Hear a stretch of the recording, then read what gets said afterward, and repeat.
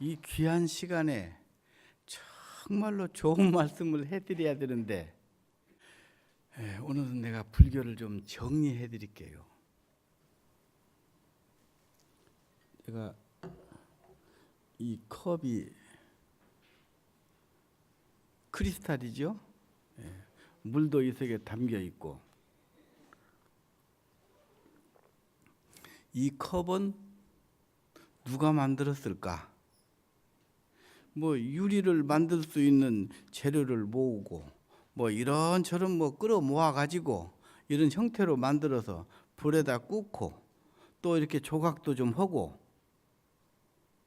그리고 땅속에서 물을 빼 가지고 정수를 해서 여기까지 온 거 아닙니까? 이것은 사람이 만든 겁니다. 사람이 이것저것 끌어다 모아서 이런 형태로, 이런 모양으로, 이런 용도로 이렇게 만들자 해서 이렇게 만드는 거예요. 이것저것 끌어 모았다고 그랬죠? 그것은 무슨 뜻인가요? 이것저것 끌어 모았다는 것은 이것저것이 서로 인연법으로 만나게 했다 이 말입니다. 그래가지고 여러 작용을 통해서 이런 컵을 만들었다. 그러니까 이 컵을 만든 주인공은, 창조주는 신이 아니고 사람 마음이다. 그러니까 이 컵만 보더라도 마음이 창조주요, 이것과 저것이 서로 합쳐져서 이런 컵이 완성되어 가지고 물 담겨서 컵의 역할을 지금 하고 있다. 이거 전부 다 사람이 한 것이고 근본은 사람 마음이 움직여서 한 것입니다. 그런 거로 이 컵의 주인공은 마음입니다. 그 다음에 나는 부모님이 만드셨습니다. 지극정성으로 키워냈어요. 물도 떠다가 먹이고, 젖도 짜다 먹이고, 쌀밥도 먹고, 보리밥도 먹고, 야채도 먹고, 고기도 먹고 다 끌어다가 젖을 생산해내서 여러분들 품에 안고 먹였습니다. 그리고 또 씻어주고 닦아주고 입혀주고, 여러분들은 절대적으로 부모님에 의해서 탄생되었고, 부모님에 의해서 양육이 되었고, 또 가장 사랑을 많이 받고 사셨는데, 사랑을 가장 많이 준 분은 누구요? 부모님이죠. 그러니 이것저것 끌어다가 이 컵을 만든 것도 사람 마음이 했고, 여러분과 나를 생산해서 키워낸 것도 부모님입니다. 부모님이 이것저것 끌어 모아다 만들었다는 것은 이것을 이것저것 모아서 합쳤다 이 말입니다. 이것을 불교 전문용어로 인연이라고 합니다. 이것을 좀 전문용어로 연기법이라고 그럽니다. 연기, 인연 따라 일어났다. 만남 이 자체를 인연입니다. 만남. 인연 법칙이라는 것이 있어요, 불교에는. 그래서 이 컵 하나를 놓고 잠시 분석을 했지만은 이것도 역시 인연 법칙에 의해서 만들어졌고, 인연 법칙의 근본은 인간의 마음이었더라. 이것이 모두가 다 인연이고 상관관계고 협조관계고 의존관계입니다. 나를 비롯해서 존재하는 모든 것은 모두가 다 이것과 저것이 상호 융합해서 만들어진 것이다. 모든 삼라만상은 이것을 다시 말씀드리자면은 불교에서는 인연이라고 그러고 연기법이라고 그런다. 이제 아셨죠? 이 지구와 나가 둘이 아니요. 여러분들 지구에 신세를 지고 살잖아요. 지구가 생산해낸, 이 돼지가 생산해낸 모든 곡식과 야채를 또 먹고 살잖아요. 돼지를 밟고 살고 있고, 그러니까 이 대지가 여러분들 생산시키고 살리는데 역할을 하고 있어요. 그것뿐입니까? 태양도 그렇게 하고 있어요. 허공도 그렇게 하고 있고요. 여러분들 밥을 자셔야 살잖아요. 이 밥 한 그릇에 천지 협력이 있었고 이 지구 70억 인구가 다 협력해서 이 밥 한 그릇을 만들어냈고 이 대지가 동원돼서 내 입에 밥 한 숟갈 밥 한 그릇이 들어온다 이 말입니다. 그런 거로 내가 있다는 이 자체 먹고 살고 있는 이런 것들이 모두가 다 상호 의존관계, 상호 협력관계, 또 상관관계, 이것을 떠나서는 어떠한 것도 존재할 수가 없어요. 이것이 불교의 창조의 원리다. 모두가 다 존재하는 모든 것은 인연 연기법칙에 의해서 존재한다.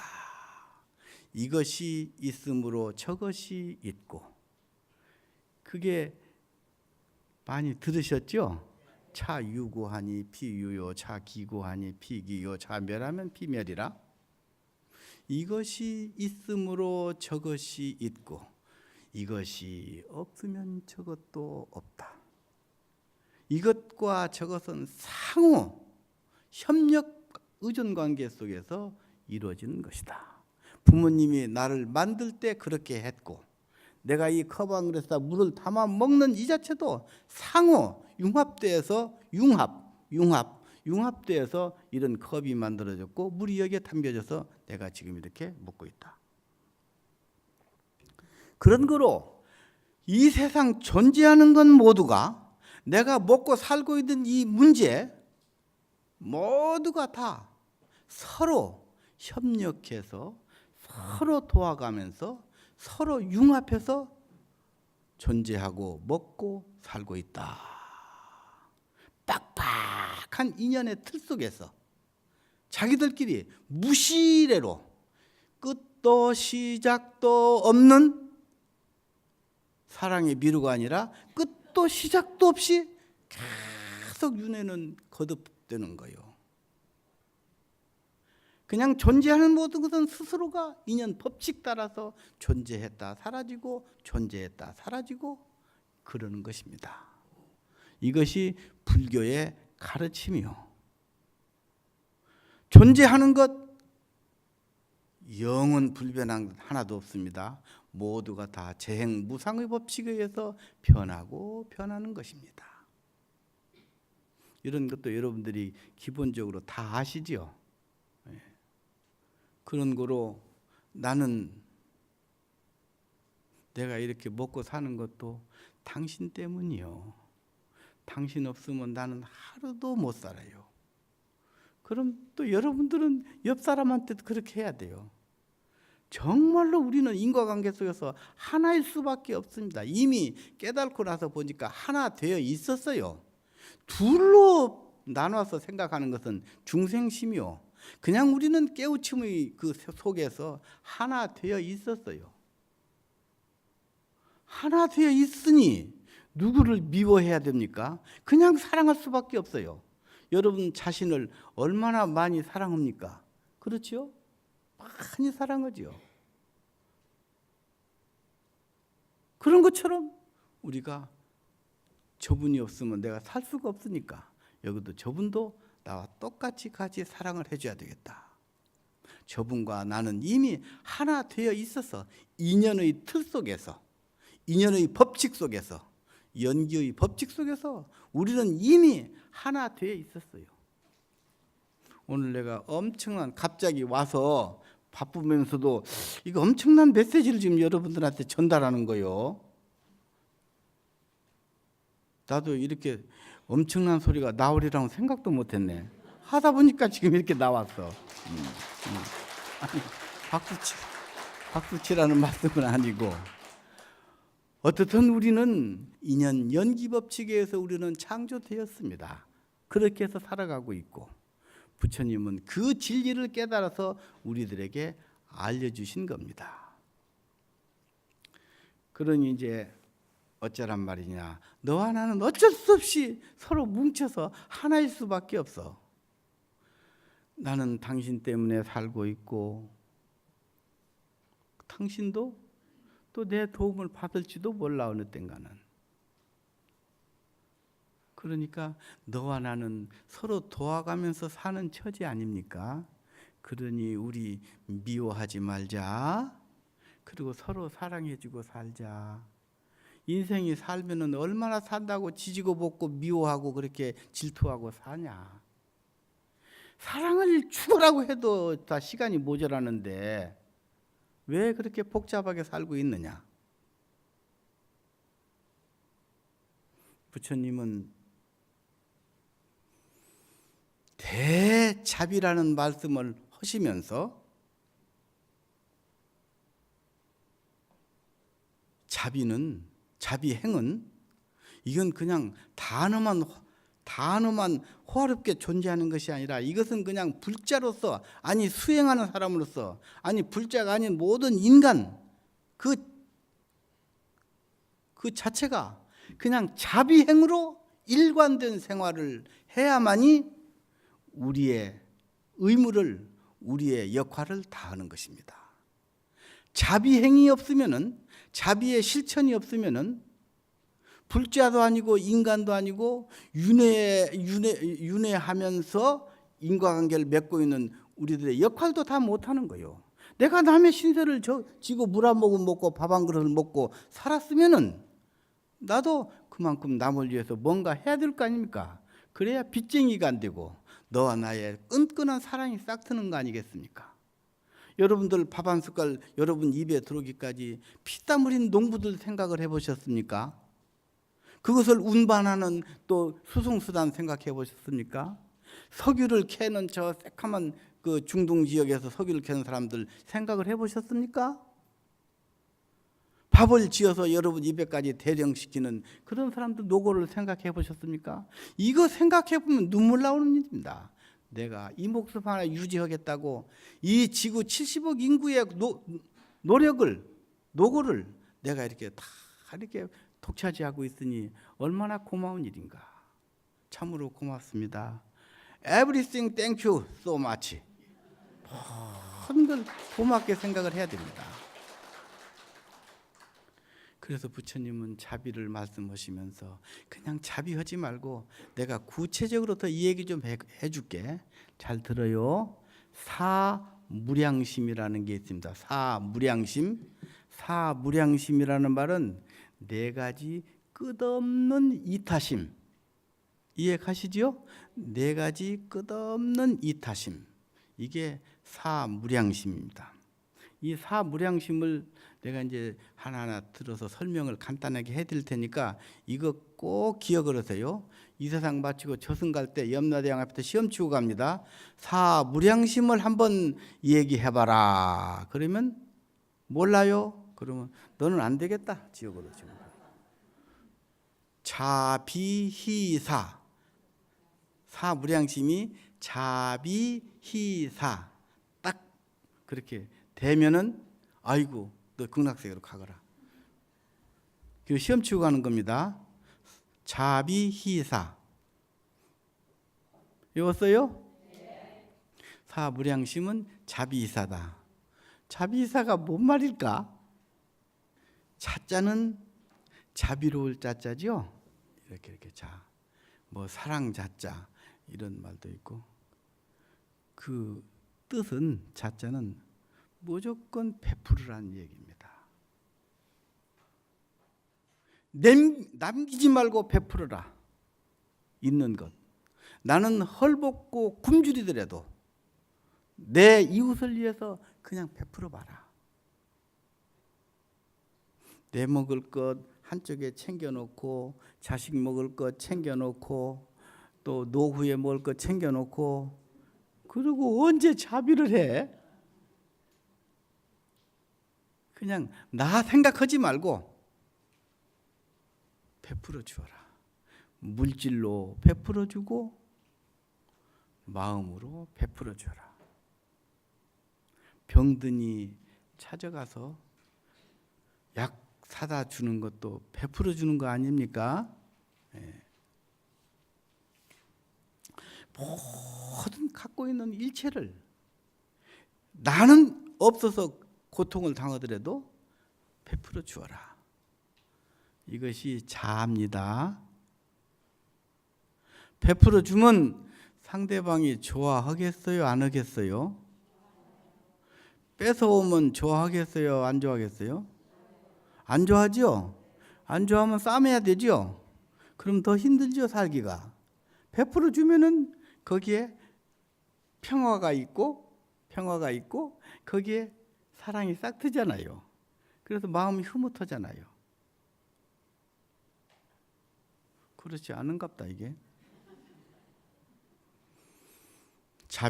자는 무조건 남을 위해서 좋은 일 해줘라.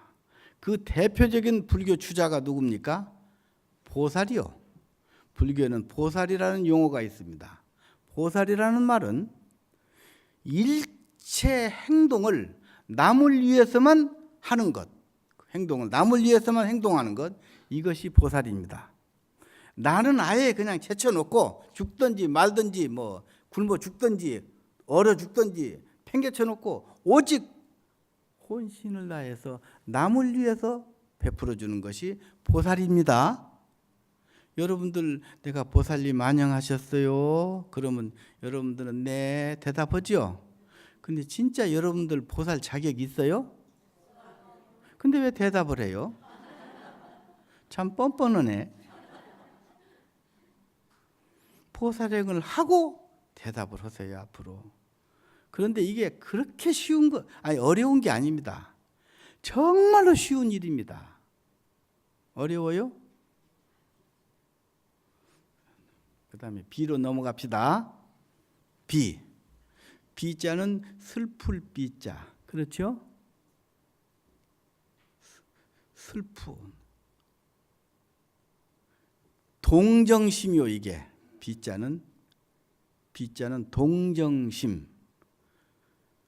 그대의 마음과 나와 한 마음이 돼서 그대의 고통을 내가 다 도와주고 해결해주고 보살펴주고 그대의 고통을 덜어주는 역할을 하는 분이 비란 말입니다. 비. 내 이웃이 지금 병고에 시달리고 있어요. 저 사람 병 걸렸대, 암 걸렸대. 잘 됐지 뭐. 여기에 그런 사람이 있다는 거 아니에요. 딴 데 있다 이 말이야. 그러면 되겠어요? 저 사람 슬프겠구나, 힘들어하겠구나, 얼마나 두려울까. 그 마음을 똑같이 내가 느끼는 거예요. 암 걸린 사람 똑같이 느끼는 거예요. 가서 껴안고 같이 걱정해주고, 그리고 이거 먹으면 낫는데 저거 먹으면 낫는데 내가 구해줄게, 내가 구해올게. 그리고 너 혼자 있지 마라, 내가 놀아줄게. 그리고 영국도 데리고 가고 극장도 데리고 가고 그 사람의 고통을 같이 나눠 갖고 고통의 그 굴레 속에서 잠시라도 헤어날 수 있도록 그렇게 잘 보살펴 주는 것, 이것이 비입니다. 아시겠지요? 그 다음에 자비 희자. 희자는 뭐냐? 이게 기쁠 희자입니다. 환희심. 이것은 어디에 적용되는 것이냐? 우리 옆집에서 땅을 샀대. 아파트를 샀는데 이게 그냥 배가 올랐대. 아이고, 나는 그렇게 안 됐는데 오히려 우리 아파트는 내려갔는데. 그럼 배가 아프죠? 배가 아프면 어떻게 해야 돼? 꿍꿍 앓고 있으면 되겠어요? 그러지 마시고 상대방이 잘 됐으면 가서 칭찬해주고 찬탄을 해줘요. 얼마나 좋겠어. 당신 남편이 승진했다면서 참 내 기쁨하고 똑같아요. 나는 못했어도 괜찮아. 당신이 잘 되면 좋지 뭐. 굉장히 어려운 말인데 참 아름다운 말이잖아요. 그렇죠? 아, 당신 비싼 메이커 있는 옷을 입었구나. 나는 못 입었는데 참 지까지 이렇게 뭐라고 이러면은 이건 희가 아닌 거예요. 나는 못 입어도 네가 입었으니 얼마나 좋을까. 나는 그 메이커 있는 옷을 입은 당신 옆에 서 있기만 해도 나는 즐거워. 같이 빛나잖아. 남이 잘 됐을 때 같이 기뻐해주고 칭찬해주고 찬탄해주고, 그리고 속으로는 쓰라린 가슴을 안고 꿍꿍 앓고 있으라고? 그것마저도 없애야 되는 거예요. 알겠습니까?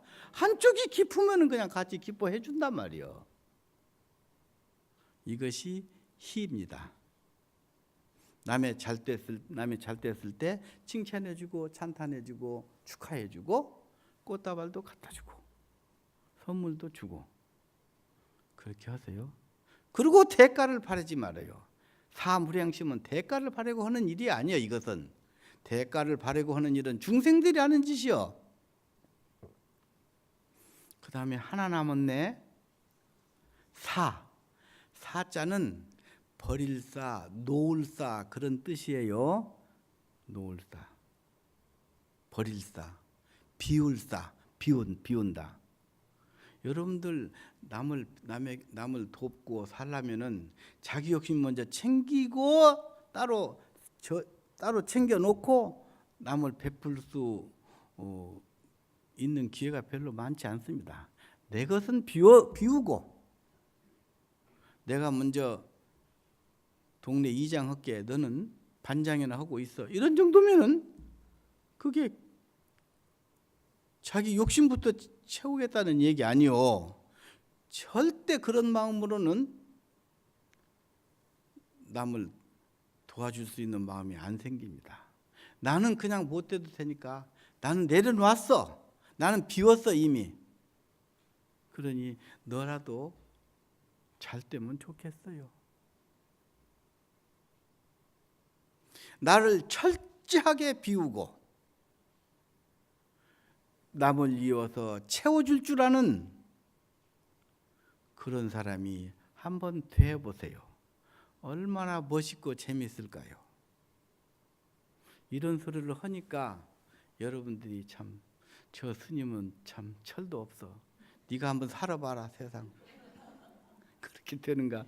저 자식 데리고 알고 있어요.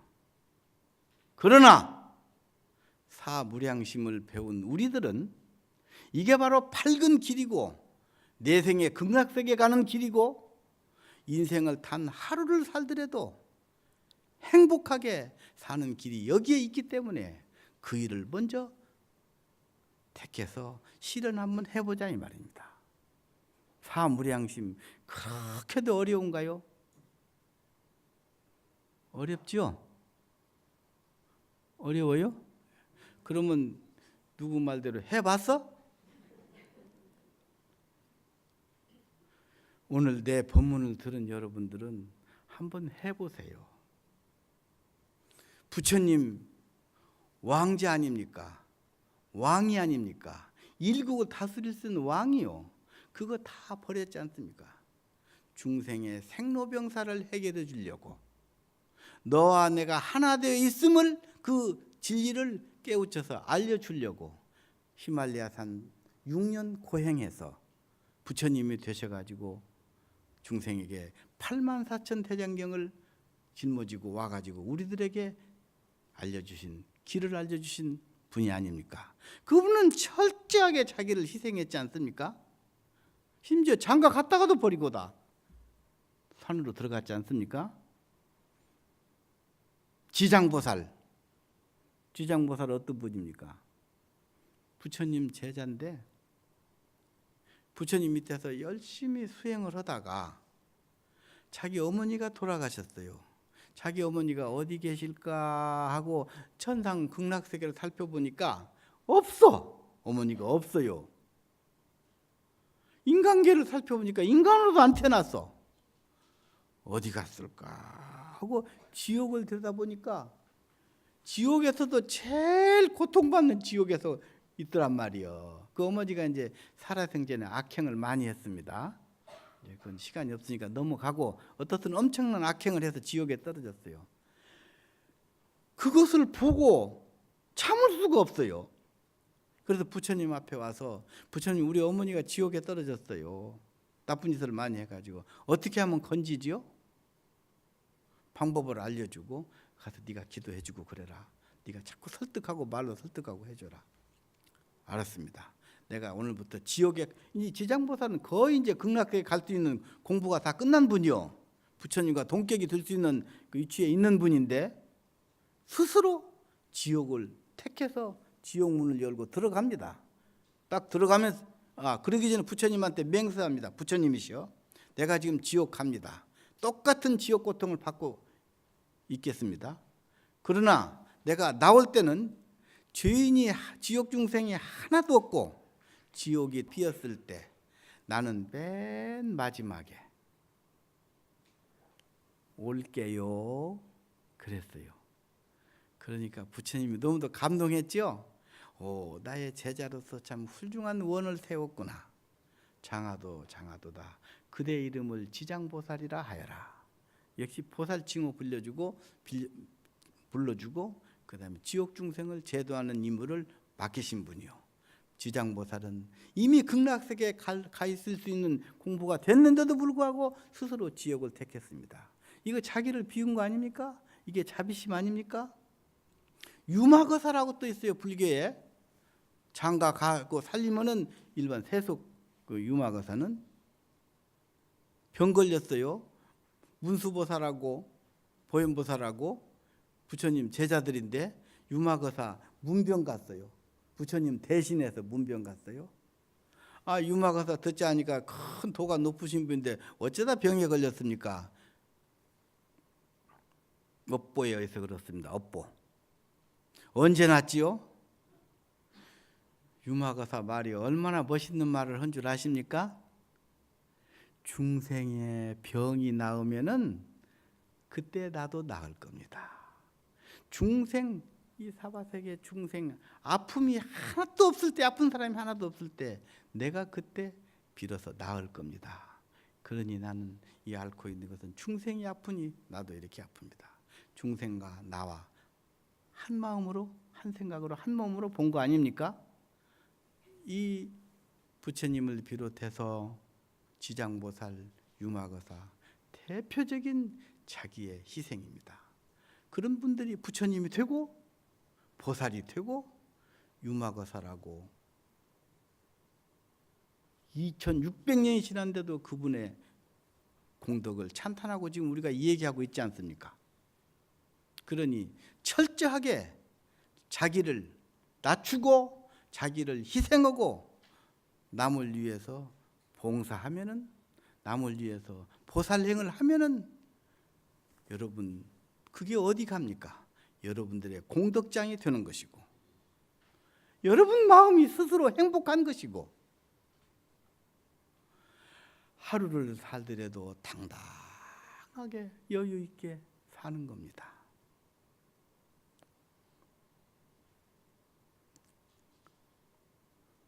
대만에 가면은 자제 공덕회라는 게 있습니다. 증엄 스님이라 비군이 아주 요만해요. 몸뚱이도 요만하고 지금 살아계십니다. 몇십 년 전에 어느 산길을 탁발하러 가다가 거린 여인이 애를 베가지고 나무 밑에서 출산하고 있어요. 놔두면 죽지 않습니까? 애기도 죽고. 그것을 거두었어요. 그리고 얻어다 먹이고 집에 데려와서 다 간호하고 그렇게 좋아하고 한 생명이, 두 생명이 살아가는 걸 보고는 굉장히 즐거웠어요. 내가 남을 위해서 좋은 일 해야지. 그게 동기가 돼가지고 없고 굶주리고 가난한 사람들을 도와주자. 병들고 험난하게 사는 사람들을 도와주자. 그 일을 시작을 했어요. 지금은 자제공덕회라는 그 회가 대학이 우리나라 서울대학교 같은 대학이 4개가 있어요. 병원은 종합병원만 6개인가 있고, 그리고 대만 전 공무원이 그 자재 공덕회에 가서 일주일 동안 봉사를 안 하면 진급이 안 되는 거예요. 그렇게 대세계적인 조직으로 그게 컸습니다. 요만한 모탈에 요만한 비군이 하나가 한 자비심을 내므로써 그렇게 자재 공덕회라고 큰 회상을 이루었다 이 말입니다. 이제 정리해 드릴게요. 나는 삼남한상은 신이 만든 게 아닙니다. 근본은 마음이요. 구체적으로 세분하면은 나는 부모님이 만드셨고, 이런 컵들은 이런 기술자가 만드는 거고, 존재하는 모든 것은 이것과 저것이 상호, 의존, 협력, 상관 관계 속에서 존재한다. 그것이지 어느 전지전능한 신이 있어서 만든 건 아니다.